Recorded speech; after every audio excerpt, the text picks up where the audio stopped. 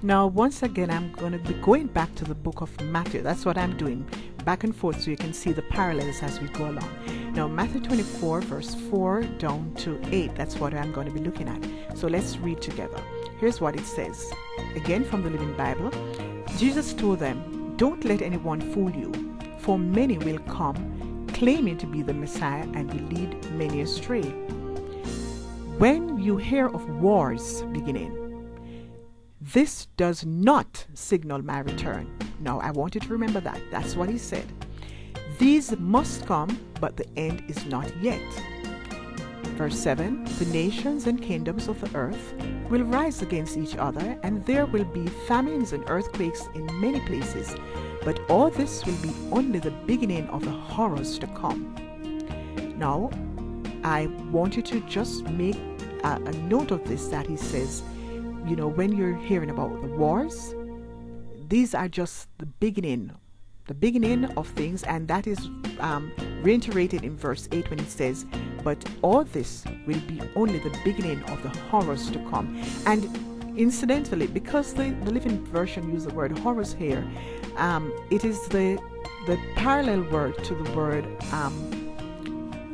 horrible, the many horrible things, or that horrible thing, which you're going to find the word for that in the other versions is the abomination of desolation. But when you get to the book of Daniel, it doesn't say the abomination of desolation, but the abomination that causes desolation. And as I go through the text, I'll be highlighting and helping you to understand more clearly what the abomination of desolation is and how it affects the end of time, because it's one of the most crucial things, and Jesus is going to point that out into the other versions, other parallel texts of in the New Testament that we're now looking at. So let's go to that. Now, at this point, I'll be looking at the parallel verses to what we just read in Matthew 24. This is in Mark 13, and I'm looking at three different versions to help you to bring out some points here. He says, the American Standard says, "And when ye shall hear of wars and rumors of wars, be not troubled.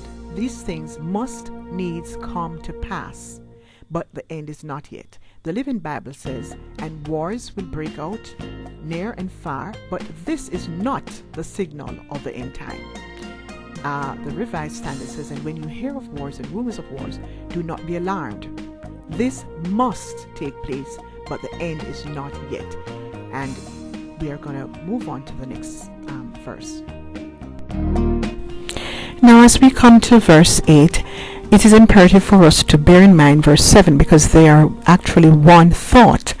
And what I want you to also recognize is that verse 8 is the natural breaking point in the sequential order of the events of the end times, as Jesus is laying it out here for us in these parallel chapters in the New Testament. So for us to understand verse 8, let's go to verse 7. And in fact, verse 8 is the most critical verse to understand in this whole segment.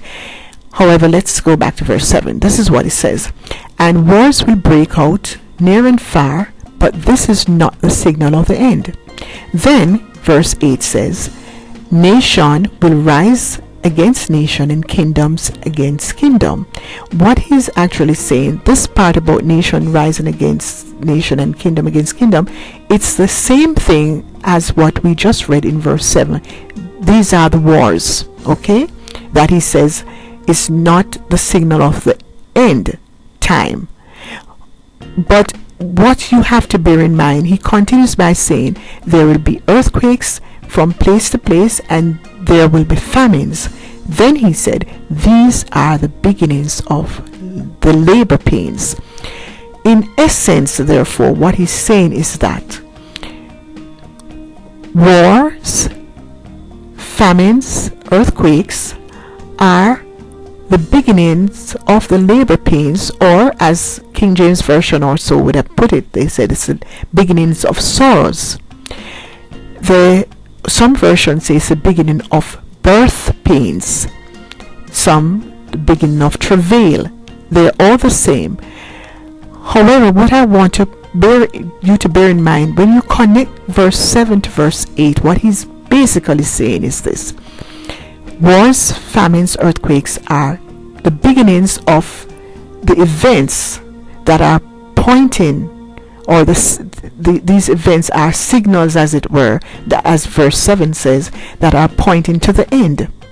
But it is not the end, because that's what he had said earlier on when he said, well, we read it earlier on in the other versions where it said, but this is not the end. Okay, so what happens that when people when we are seeing these wars and famines and earthquakes and all these things going on, some persons try to say, okay, so we're at the end. Jesus plainly told us right here, it's not the end, it's just a signal, it's just the beginning of the labor pains. Because he said what he's going to explain is that such a time that is going to take place in this world had never happened from the beginning of time, from creation, from the beginning of creation, neither will it happen in the future. That is what he's talking about. But this is saying this is the beginning of labor pains. So with that in mind, to understand the labor pain, I'll have to take you to the next segment of the teaching, and because it's going to be extensive, and it's imperative for you to understand that, because if you don't understand the labor pains, you'll surely not understand the end times, and you'll only understand what I'm saying when you get there. So thank you for listening, and may God richly bless you.